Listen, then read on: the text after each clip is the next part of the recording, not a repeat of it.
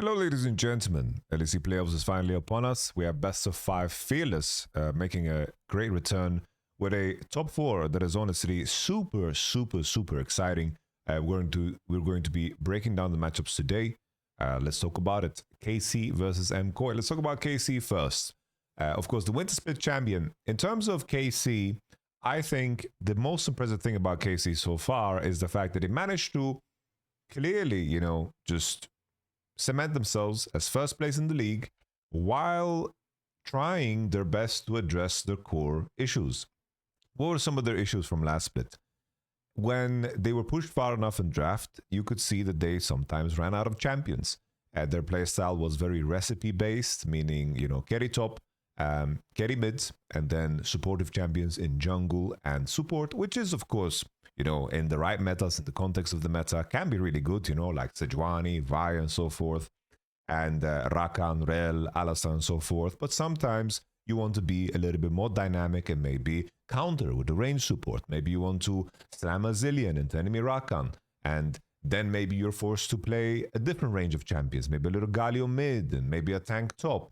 This is always, when you go deeper into drafts, you need to sometimes be flexible to set up a specific champ for success. A champion being played isn't necessarily tied only to the player, but it's also tied to the roles that, of course, your teammates have. If we take a look at KC from Winter, there was a very clear trend for them where when they played tank top, it didn't work as well as they wished. There was a Sion games that they played against G2 that they lost, of course. There was a Poppy game in here. There's an Ornn game in here. It's very clear that at some point they realized Kana, you just need to play Jace, Ambessa, Gnar, Rumble, Aatrox every single game, and we don't need to move away from it. But in order to sustain and support that, of course, you need to find some CC and, of course, champions that can, carry water for these type of carries. In the context of jungle, we often saw the Sejuani, Vi, Xin Zhao, Maokai, even Ivern. When it came to playing some of the carries like Nidalee, for example, Diana, even Viego, you could see that this KC roster was, of course, suffering. This was a big wake-up call for them, especially in the match list. If we take a look at their series against, G2, the first one, this was a very big wake-up call for them in terms of how they needed to approach draft. Because in the end here, G2 had the upper hand. We see Yike playing fucking Viego. We see Sion on Kana. Broken Blade just slamming the Sion. This, of course, being Broken Blade's comfort. In the previous matches too, we had Kana on Ornn as an answer into Renekton. And then they played Yasuo Diana with Kalist and Targamos playing the of course, Yasuo and Senna. And then, of course, we had another matchup. The one time they won was with Targamas and Yike played the supportive champions, Kana on a carry. And they did a very good job of joining, in the fights and team fighting in this game, that they beat out a G2 that, of course, was out of sorts in this particular game. And, of course, as you moved into the final, something that they realized, just to showcase it, to make it full circle, they followed this recipe to a T. We had the final game. You have supportive champ, flex on Kalist, and then carry mid, carry top. Additionally, in the other games too, you have Kana and Vladi. Boom, same recipe, Yike on Scanner, tank on support. This is a recipe that a lot of teams follow. How Alive is an example, but How Alive are also capable of stepping outside of that and play, for example, the Peanut Nidalee. The Zyra maybe not so much. And when you put players in different roles specifically, of course, it demands so many different things from your teammates. An additional layer of that, of course, in terms of KC's development in this split in particular, when we compare the winter to, of course, summer, you can see the mid lanes that Vladi preferred was Victor, Talia, and so forth. You could clearly see that they wanted to address, the problem of their flexibility. If you just look at what they played in the regular split, we had a lot more range supports coming through. You had, of course, Vladi playing the Sylas, the Akali. These are champions that require a little bit more attention from the jungle and support, which is something that wasn't necessarily KC's playstyle. We had carries coming through, Yike Lilia as a classic. They tried the brand too. They have played Nafiri games. This is, of course, a new look for KC. Still no tanks top, but that's perfectly fine, right? Because currently the champions that are being played top are still really strong. So it's no problem, right? It's very clear that in terms of KC's, development, they're addressing their champion pool, and also they're addressing how they play some of the early games. I think something that we noticed already at first stand is that KC is a lot more, aware of the potential that their bot lane carries in terms of champions and how to break matchups. We see this gank timer here for Yike when he crosses into bottom side. They break, of course, Vitality's lane. This is one example. We saw it against Top Esports. I think that the Game 3 is also another example where they leverage, of course, how strong they are level 1 with Kog'Maw Braum and Pantheon to create a situation where they divide the map against the Nami that the enemy use as a counter pick into the Braum. In the end, this is just a couple of examples, but KC have definitely bolstered their early game. In regards to their games, some of them have looked wonky, but I think anytime you have a team that reaches a peak, which of course KC did, this was their peak, right, when they won the winter split. In order to become better, you need to break down what you do. And in order to, of course, breaking down what you do is exactly what got you to this point. So there is a, high chance that you're going to underperform in some aspects until you figure out anew how you want to play in order to reach new peaks. This is where a lot of teams break, and this is where you see like that underperformance after, tournaments like First Stand. It can be due to fatigue, but it can also be, trying to, reach higher highs and adapting to the lessons that you learn at First Stand. The simplest way of putting it is very clear that Vladi has tried to become Zeka 2.0, right, with his champion choices, but that, of course, carries a very different responsibility in terms of how you play side and also how you play the lane. And I think it's very, very fair to say that KC, what they've maintained, the biggest thing that they've maintained is their team fighting. Their team fighting tied to, of course, their individual skill. I do think that KC has some of the cleanest team fighting that maybe only Fnatic can rival in the league. But even in that context, I do think that KC play fights a lot smarter. I do think that how they converge, how the angles they find, I think that they play fights a lot smarter, even though I think Fnatic can compete mechanically. I do think KC, in terms of team fighting, if they can get to the point where the game states are relatively even and they get to team fights, I do think that KC is insanely, insanely dangerous. Another detail for those who don't know, which I think was super, super important for KC, was that in this week 5 here, KC actually got a break. And in this break, Yike revealed on the Sackdown that a lot of the players went home. They got to rest, which I think is insanely important when you think about the context of them playing winter split finals and then going to First Stand and then the split practically starting 1 week after, them getting some time off really, really showed to me that they are very revitalized. And playing against Rogue is pretty much having another week off. So 3 weeks that were quite restful for KC, I think made a huge difference coming into, of course, that final week where KC beat Vitality and G2 in the end.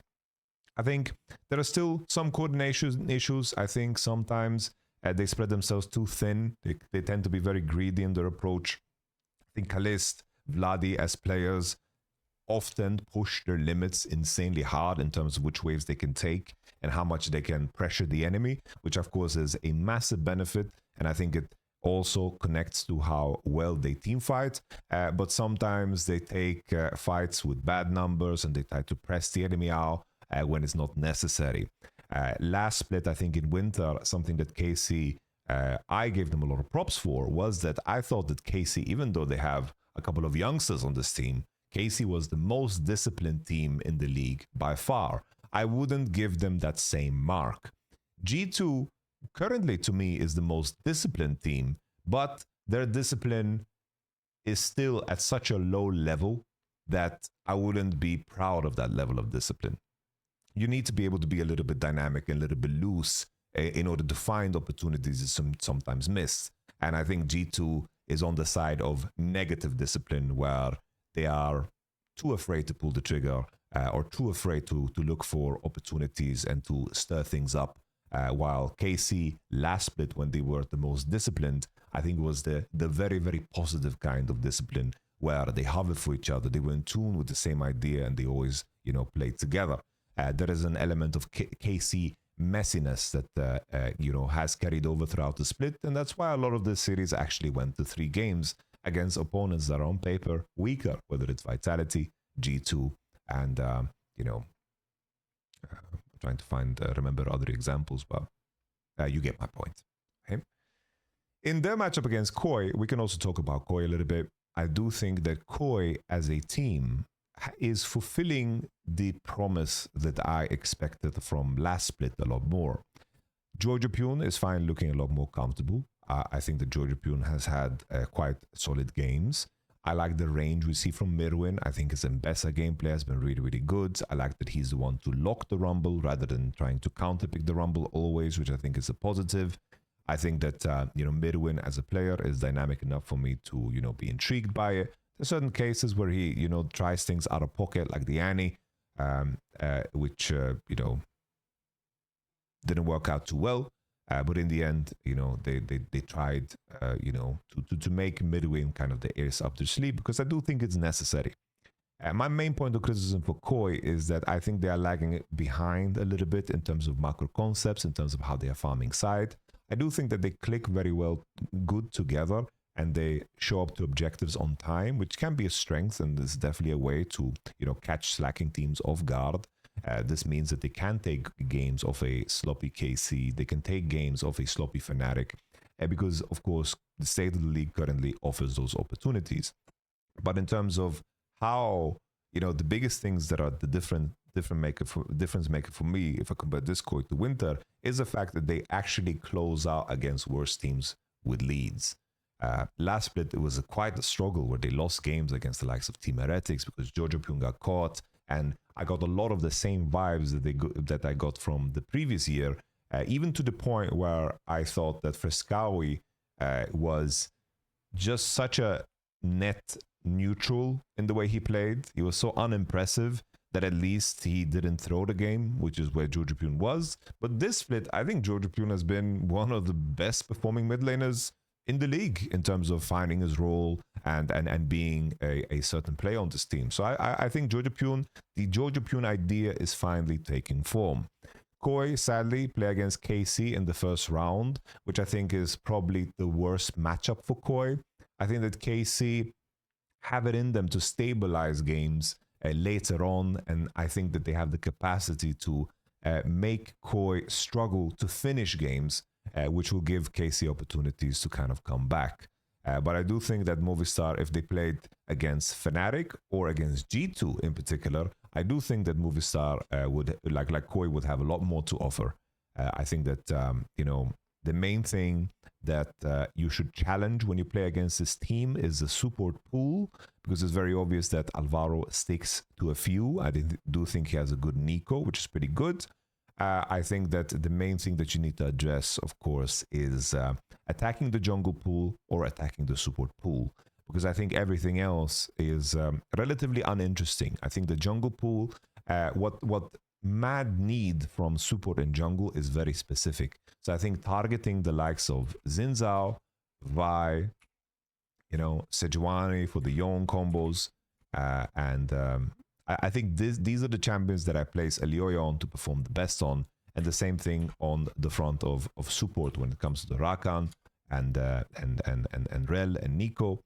I think in the context of best of threes, you can get away with having a tighter pool, but I do think that when they go into deeper best of fives, I do think that they're going to run out of champions that is going to make the compositions very cohesive. The main thing I would like to see from Movistar Koi is in terms of mid lane, like the expansion I would like to see is in the direction of Ryze and Galio, because I think this sets up the other roles to be a little bit more dynamic. But it seems like Alvaro, of course, favors the melee champions over anything. And it's the same thing for, of course, Elioya. I don't see him as the big mechanical jungler. I see him as the guy who wants to create space together with Alvaro, similar to the KC recipe. But I do think that this recipe, the Koi recipe, kind of runs out of steam as you go. So my main concern is the mid to late game macro against KC.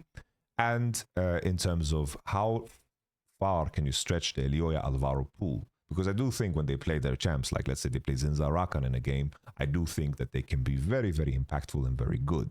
I like the fact that Koi has created patterns to actually win games, which they showcase against a lot of the lower end teams in the league, which I think is a massive plus. This has been a very, very big negative for Koi. I think currently, if Koi played against G2 today, I can see a world where Koi can compete for being the third best team in this league.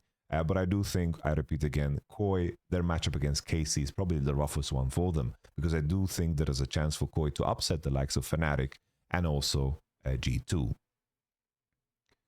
So my prediction for this matchup, the first one, I do think that KC is going to win. I don't think that comes as a surprise to anyone. Next thing that we should break down, I think, is just G2. Everyone is talking about how G2, is having issues and their big problems. I think the main thing to understand about G2 is that they are a very, very recipe-based team. I need to go back all the way to winter in particular. If we think about the periods where they were struggling, G2 had to adapt and move into a tank-heavy playstyle. Why did they need to go into a tank-heavy playstyle? Tanks allow you to streamline your support gameplay. Your support needs to pretty much only right-click the Talia side, Caps' side. I just said Talia because he played it very recently. Right-click Caps' side. You don't need to defend your top laner, and you can create scenarios where you lane swap actively and focus only on your bot lane role. It fits together very much so with a bot lane that always wants to play the stronger matchup, because regardless of the counter the enemy has into your tank, you can always free him from the matchup as long as you have prio in the bot lane. So the G2 recipe is pick a tank top, make sure that you have pushing bot, so the pushing bot can save the tank in a case where he's playing a matchup that is worse, put him in a situation where he's in isolation, and then as the game proceeds, you streamline your gameplay by letting your support and jungle always open towards your mid lane. And your mid lane, being then strong side, you send him to decide where you want to contest the objective, the next one. A lot of this gameplay is centered currently around getting the grubs, and if G2 for some reason can't push bottom, then a lot of things falter through. The confusing thing for G2, of course, in a lot of cases is the fact that they try to hard force pushing bot lanes, and it doesn't work out because they want to create a scenario where BB counterpicks, but it doesn't work out because the bot lane can no longer push, and they are kind of losing that structure in the game. So I want to take you on a trip down memory lane. G2, when they started their win streak, when they started winning every game in the regular split after the loss against Fnatic, where they played Renekton, Silas, a very, very ugly looking G2 draft where they're playing the Varus and so forth. G2 took a step back. They beat GX, in this draft here with the K'Sante and the Zyra and the Koki. But you can see here, as the streak continues, G2 always made sure they had a tank top. Here's the Cho'Gath. G2 followed up with here. You have the Ornn. They followed up with here. They have the, of course, Cho'Gath. In playoffs as well, in terms of how things panned out for them, they also continued with, of course, the same recipe.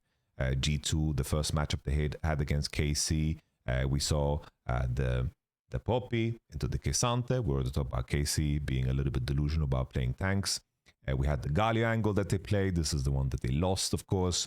And then the game 3, where you had a situation where G2 blind picked the Renekton. There's a little bit of a different look, but in the end, KC just had a, very melee-heavy draft with the Yasuo and Diana, and Renekton was very strong. And Renekton, in a lot of cases, functions the same way, similar to Jax. He's something that can be left in isolation. KC, in the final game, we had the Sion, and then the Cho'Gath, and then Sion was picked into Anivia, yada, yada, yada. And then the finals, of course. G2, blind pick Ornn. There was the Aatrox counter. When bot lane was contested after the Ezreal first pick and then we went Varus, this game was a very tricky one for G2 to play. We continue.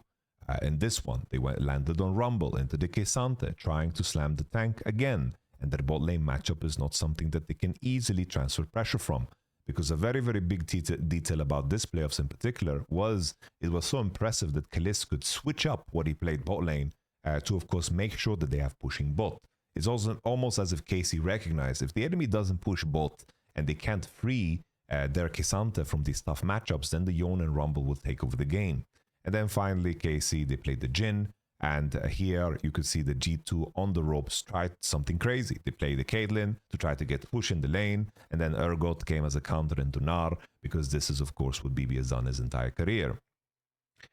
And this is the recipe that they've tried to continue into, of course, the spring season. If we take a look at this game, this was after Spirit Blossom was launched. This is kind of the main G2 recipe of what they try to achieve in the game. I will just run you guys through it. G2, what they are trying to achieve is a scenario where they have a pushing bot, they have Ezreal, Leona, into Xayah, Alistar. They try to get the base timer of it, of course, at 4 minutes, because the next wave after this one that is showing right now is going to be a cannon. Basing on the cannon makes sense, and then you open into top side, you have Ezreal that bases on tier and is very happy, and they're going to walk into top side. The enemy needs to match the base and go into top, and of course this is going to carry momentum, because BB now, in a tough lane matchup, is now going to base and go into bottom side, while so Vladimir can't really do progress. So now Ezreal Leona is into top side, they carry over momentum, they're going to have prio, and here Broken Blade is fresh into bottom side, and he started pushing because of the TP. Now the main thing is that G2 is going to play this long enough for the next cannon to show up. They're going to base on the next cannon, and now Broken Blade base on the cannon too, and he's going to open into top side, and he's going to Scion ult just to make sure that enemy bot lane's prio and tempo is going to be screwed over. So BB here tries to freeze the wave and cancel their recalls because Vitality stayed for a cannon, which takes of course longer to push. Now you see a situation where Broken Blade is already into topside with the Scion, and then Ezreal Leona is opening on bot laning into the Vladimir, freeing the Scion from the bad matchup and maintaining momentum for Hansama and Labrov. Momentum being Hansama and Labrov having fresh on items, Skimond hitting the Drake on their map open into bottom side.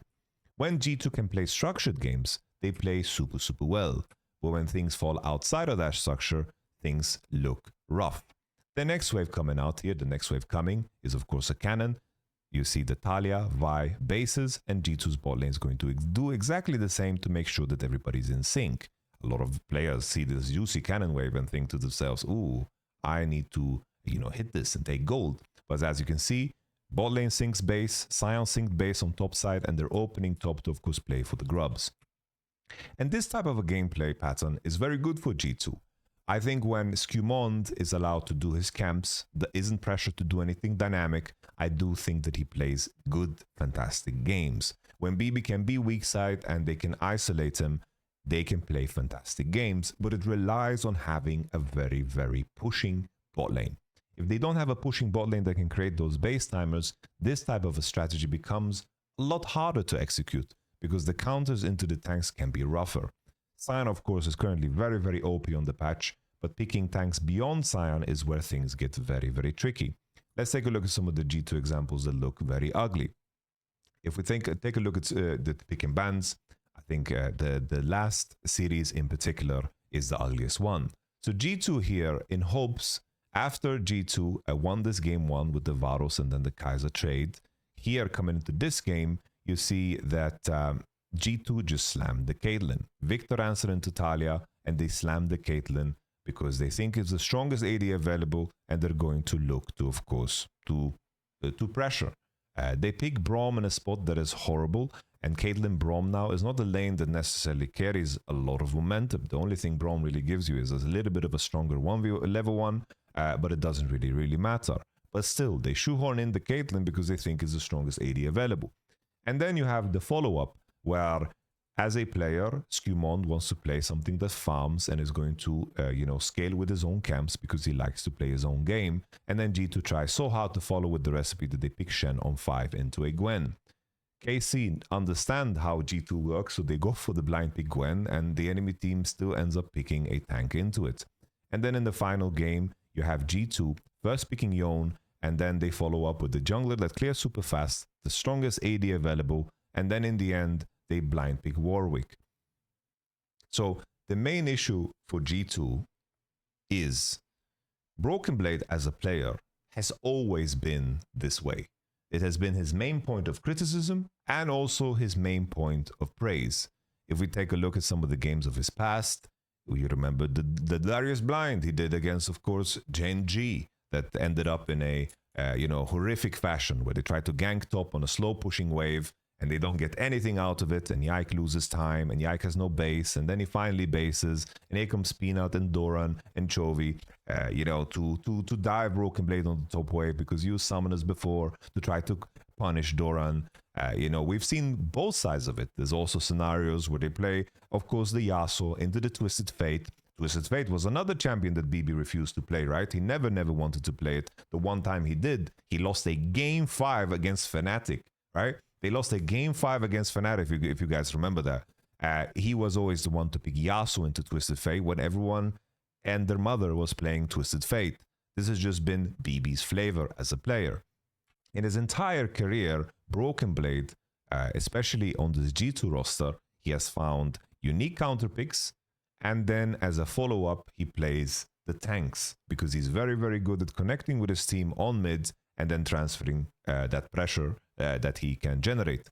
If we take a look at Season 14, Kesante, Zac, Renekton, it is in that direction. Dr. Mundo was also a big classic one. Rek'Sai Tank was also part of the process.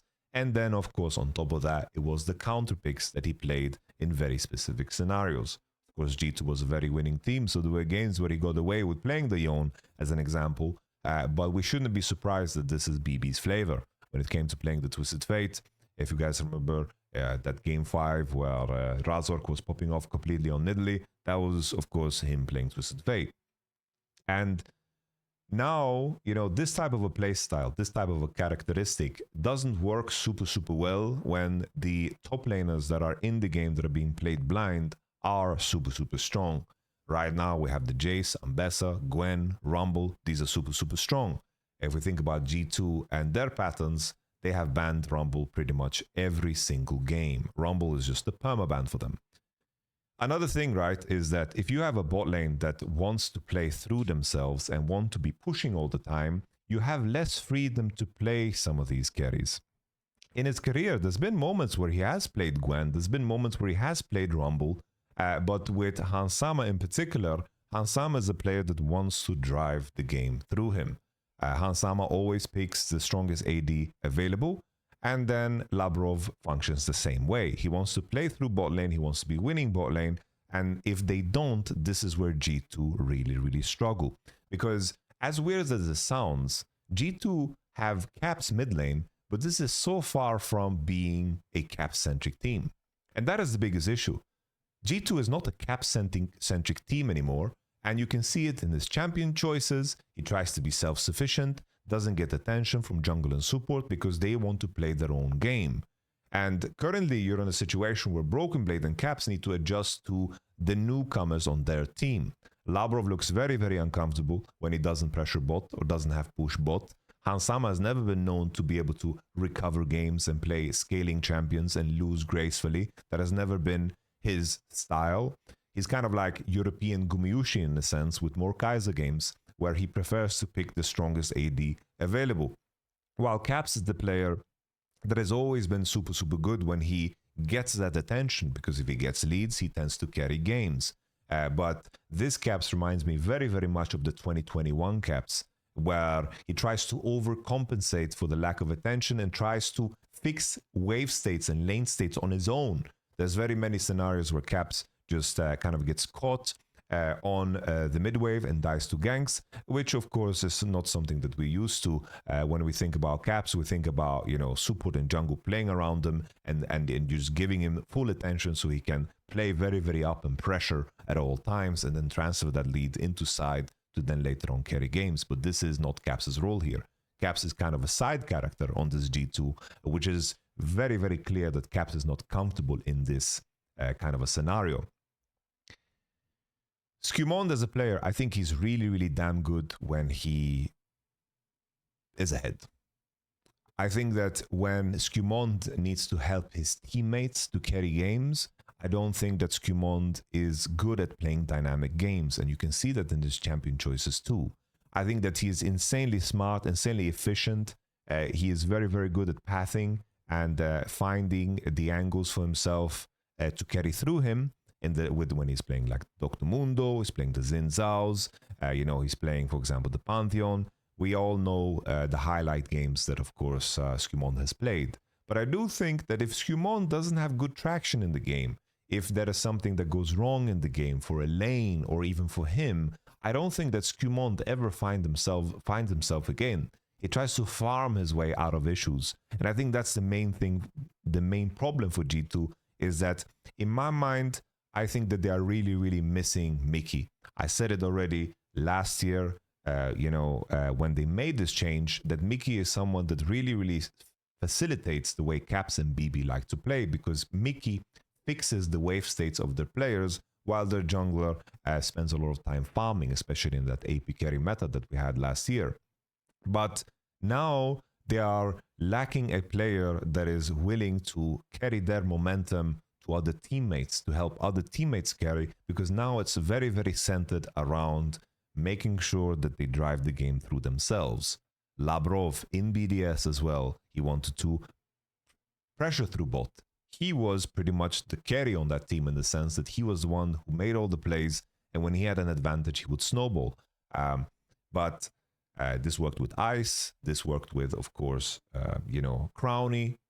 This is like the BDS has always been a bot-centric team with Labrov, but now on this team, Hansama is a very, very good pairing, but it means that they live and die by their strength and their weakness. Because when they can't have pushing bots, or if for some reason it breaks in the early, they don't know how to play through, of course, Caps or BB. And in the end, that's why BB is playing a lot of the tanks. As a character, I already went through BB, but I think the main thing, it's very clear that G2 have lost the idea of how to play through Caps. Something that was very, very telling, I think, was the LEC mic check in Madrid. Let me just pull that up real quick, and you guys are going to be able to listen to it. Take a look at this sequence here. And we have a fast jungler, a roaming support, and a playmaking mid. I want you Why is that muted? guys to... I don't hear. Forgive me, guys. It's a perfect time for me to ask you, how are you doing? Feeling stressed in your life? Let me tell you, if you're feeling stressed in your life for some reason, it's going to be all right. You've been stressed at other points in your life, and it has passed. Somehow, it has passed. Why shouldn't this pass? Camp out of mid lane this game. Make his life It's all gonna be all right. hell. I want you guys to flash. Well, yeah. I don't have audio, but it seems like you guys have audio. And a playmaking mid. I want you guys to camp So as you can see, out of mid lane this game. Dylan is calling very, very strongly for them to play through mid. Obviously, I am reading a lot into this, but the main thing is that I think that G2 is trying to actively work on this. But I do think that this is something that G2 is not doing super, super well. I think Fnatic is way better at playing around Humanoid than G2 is playing around Caps, which I can imagine is very frustrating for Caps, because most of the time when G2 is doing well is because Caps is doing well. Because he's a player that pulls a lot of attention to him. So the main thing in order to beat G2 now is that you need to be ready to play the champions that are good into tanks. And then as a follow-up, you need to be ready to contest, of course, the bot lane matchup. If G2 don't have a pushing bot lane, I think that G2 completely shatter and break. And I think G2's really shitty drafting comes from the fact that they are aware of this. I think that they are painfully aware of this. And I think that Labrov is a player that doesn't have the biggest champion pool. So what he picks and what he blinds can often be suffering. Their draft cohesion can look very, very weird in certain contexts. The counter picks don't work as well, right, with the Yasuo and the Warwick in the current state of the game and the context of everything else that is being played. And G2 always try to shoehorn in the strongest AD possible. And doing so when you have a support that needs to pair it together with Braum and doesn't have a lot of depth in his champion pool, this of course is going to be insanely difficult. So if you challenge G2 on what they play bot, they're going to be in big trouble. A great example from last year, if we take a look at 2024, when G2 played against Labrov in particular, I think this really, really highlights the biggest weakness of Labrov, if I'm allowed to, of course, pull this up. Labrov's weakness here in the summer playoffs, I believe it was, individual games. So this is before Fearless, but take a look here. So G2 lost this initial game where the Leona was locked in and then Braum.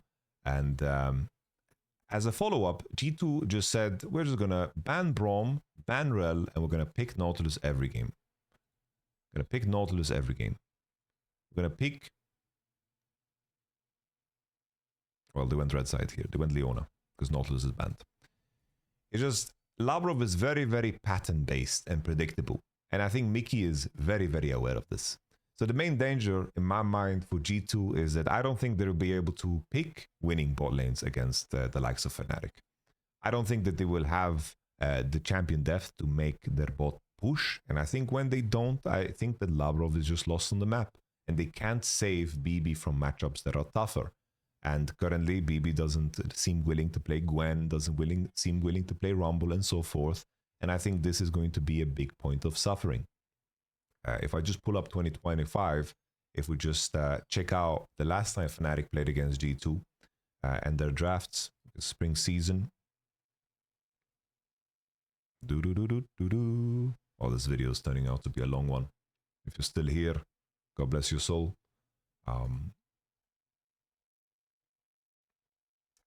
Here we have it, Fnatic versus G2. So G2 in the first opening game, Varus, right? Varus, Alistar, enemy picked Braum. This is a pretty strong lane matchup here with the Jace mid and Jax that can play in isolation. They're very happy in that one. And let's see the follow-ups. Fnatic, Azir, Nafiri, Gwen, very good into tanks. They still somehow shoehorn in the tank because they needed the tank into Gwen, which is a complete joke, right? This is really bad for the game, all things considered, right? And then enemy went just Jhin, Nico, a very pushing bot lane. Final game here, you have Misfortune first pick, Nautilus Cork gets slammed, Leona gets matched. And then in the end, there was a Sion, and then G2 tried to play the Aatrox, and it didn't work out, right? They try to do things both ways, and they always kind of fall somewhere in between. And this was a game where Dylan called very hard to camp the early on Soul, but the Gragas blind pick was just very goofy with a Zyra jungle. I think the G2 are trying to find a way to play streamlined League of Legends, and they often get lost in the sauce. On the topic of Fnatic, I don't think the Fnatic, the main thing I want to highlight is that I think Humanoid is having a great split. I think Humanoid is playing super well. I think he looks very comfortable in the meta with Talia and Azir and some the occasional Yone, maybe not his best champ, but the Victor too. These are champions that are very good for him. Aurelion Sol is also something that stands out, right? I think that Fnatic's bot lane, Upset and Mickey, I think that they are the best individual performers in the role. Kalist is up there too, but I think Upset's volume this split has been fantastic. I think Kalist, you can make arguments for Kalist, but nobody in the support role, in my opinion.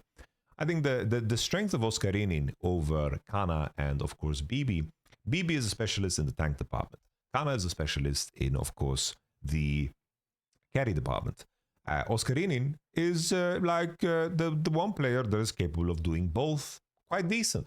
And I think that's exactly what Fnatic need. They need a player that can fill the role and make the comp complete, which I think Oscarinin deserves praise for. I think that he plays the tanks well, he plays the carries well. There's no gaping hole in terms of what he plays and what he drafts. And I think that's very respectable. Oscarinin has a mean Kesante, mean Poppy, solid Gwen, really good Rumble. He plays the Mbessa too. I think his Mbessa is maybe not the greatest, but he has a pool that is very well rounded, and he can always complete the draft without having any concerns. Casey maybe can't slam tanks top if it's necessary in the draft. BB can't slam a Rumble or a Gwen when it's necessary in the draft, and can't find great blind picks. I think Oscarinin is the perfect flex player for this team that already has very big characters in the mid lane role and the AD carry role and also the support role. My main concern for Fnatic is my boy Razork. I think Razork, his judgment of which fights to take or not to take is so off the charts. I think Razork at this point in time, the main thing I need to highlight, which I think, or currently, I feel like Razork is his own worst enemy, Razork is now in a position where I think that he is probably the biggest liability in the conquest, in this idea of Fnatic winning a championship. His fight selection is not super great. It seems like he plays most champions in only one mode. I do think that Razork finds opportunities that no other jungler can and will find, and mechanically executes those fucking marvelously. But in a lot of game states, it's not necessary. And Razork right now has had a very, very long career, if you guys think about it, right? His opener back in season 10, when he played, you know, his Lee Sin games, like at this point in time, Razork has played 5 years in the LEC. 2 years on Misfits, running 4th year now on Fnatic. You know, with that being said, we just have to highlight the fact, you know, that Razork needs to start, you know, showing his veterancy somehow. There's many cases where he plays Vi when he just pulls the trigger when it's not necessary. He can just play time, play around Humanoid, play around Upset, and support them for the success. If he manages to master this, which seems so damn simple, I think Fnatic can become extremely, extremely dangerous. There's definitely cases where Humanoid and Mickey also make mistakes, in my opinion, but I do think the more pressing matter is, of course, Razork's fight selection, because I think if they figure that out, they have pretty much a foot through the door. I do think that KC and Fnatic are the main contenders for the split. KC probably look a little bit better than Fnatic, but I think this is something that can shift, especially after these BO5s, because we're going to get a lot of new information on what the form of these teams are, because they play against very, very good opponents. But I do think that, you know, currently Fnatic should really, really beat G2, I think, quite convincingly. I think G2 might have a good game 1, maybe a good game 2, and as long as Fnatic don't collapse on themselves, I do think Fnatic on paper are much better. But the idea of Fnatic collapsing on themselves is something that is very, very plausible. Very, very plausible.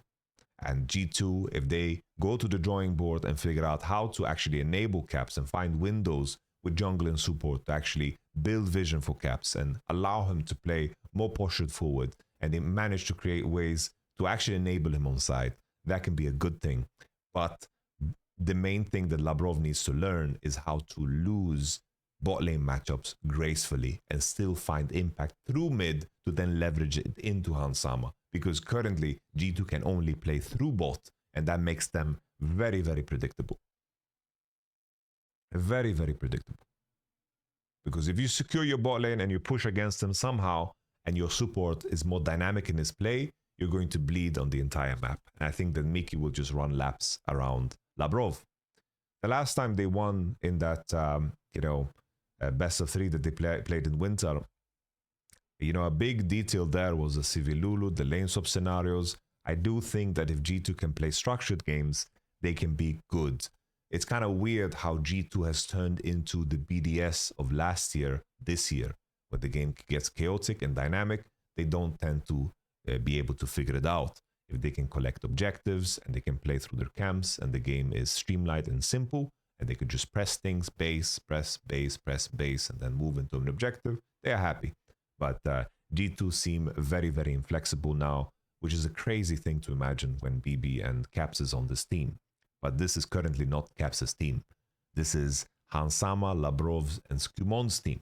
They are the driving force behind how they play, and I think this is something they need to adapt to and learn. And I do think the G2 staff has the capacity to, of course, help you know, their players figure this out.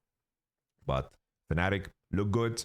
I think that they are very dangerous. Even though I have criticism towards Razork, I do think his early games are pretty fucking insane.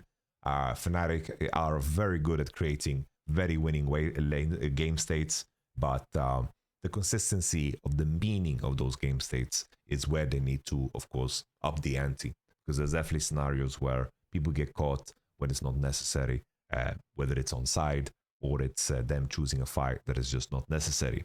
Tuning the risk to the state of the game is, you know, been the biggest issue for Fnatic. But I do think macro conceptually, in comparison to last year, you can kind of see the impact of Duffman on this Fnatic team. And that's why I am excited for Fnatic's bid to potentially beat KC in a LEC finals. So, Fnatic win, KC win. Let me know what you guys think below. I kind of just vomited out all my thoughts surrounding this matchup. I'll catch you guys on the next one. If you sneeze during the video, bless you and bless your face. And yeah, tomorrow we play Node. Hopefully by the time this video is out and you listen to this, we've already beaten them.